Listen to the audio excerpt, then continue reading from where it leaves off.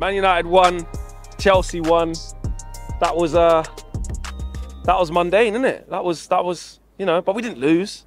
But we got a lot of work to do. Yeah, it's bad. But we knew that already, though. We can't expect Ruud to just, he ain't going to change that. We knew, like, it's just about getting through. It was never just the manager. It was everyone associated with that's just mediocre, just average at everything. There's no energy, no enthusiasm.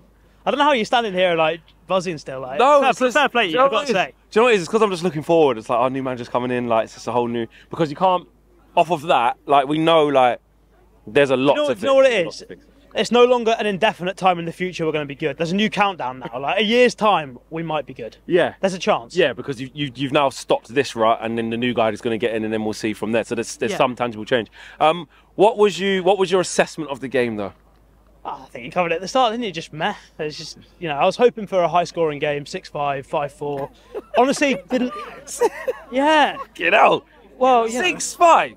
Yeah, I was hoping for a 6-5, 5-4 before the game. Yeah, and honestly, I wouldn't have cared which way it went. Just something to get me excited, get us off our seats.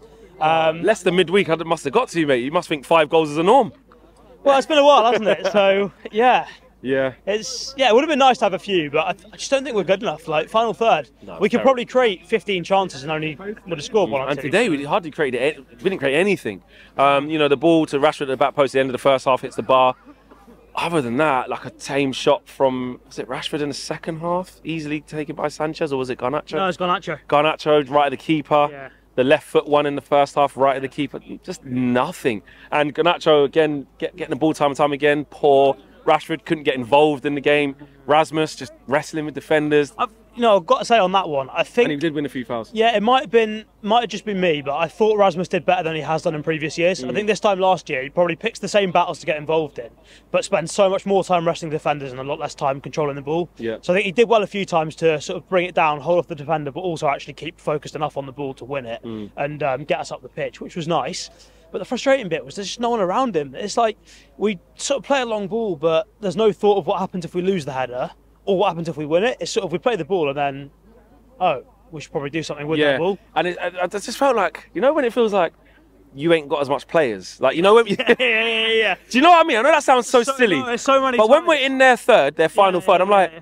should be some more red shirts here. Like, it looks like we're playing with 8 or something. Yeah, the number of times we've said that though in the past few years. Like, where's the players? Like, go for, commit. And it's almost like, and I get the kind of skepticism because they have been a poorly coached team, and they haven't got those patterns. So it is sort of defence and basics first.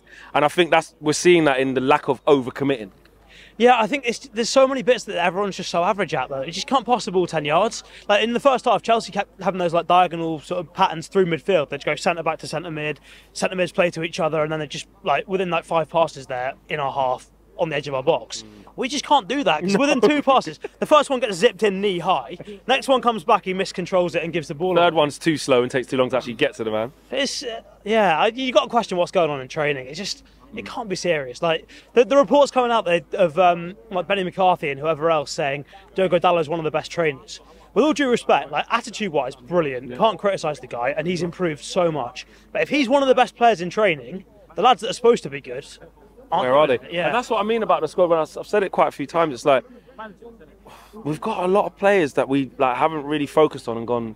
It's not really that. Like they're not. That. Like, do you know what I mean? Honestly, they're all bang average. Yeah, and there's a lot. Every single one of them. I think the only one today that came out of it with any credit, I think, was Mazraoui. He was excellent. But again, he's a new lad, new signing. Yeah. How many new signings have we seen now? They're good for 6 months or a year or whatever, and then they just fade to the same level. And look, we're not saying that Ruben Amorim can't come here and do anything with this squad, because if he's as good as we think he is, or he's as good as he's talked about, then a good manager with your squad, you find an improvement, and that's what we're hoping for. But it will be stunning to see it if all of a sudden we start looking really good with this same batch as we are. Yeah, exactly, because the thing is, the tactics is like 5 or 10% of what makes a team good.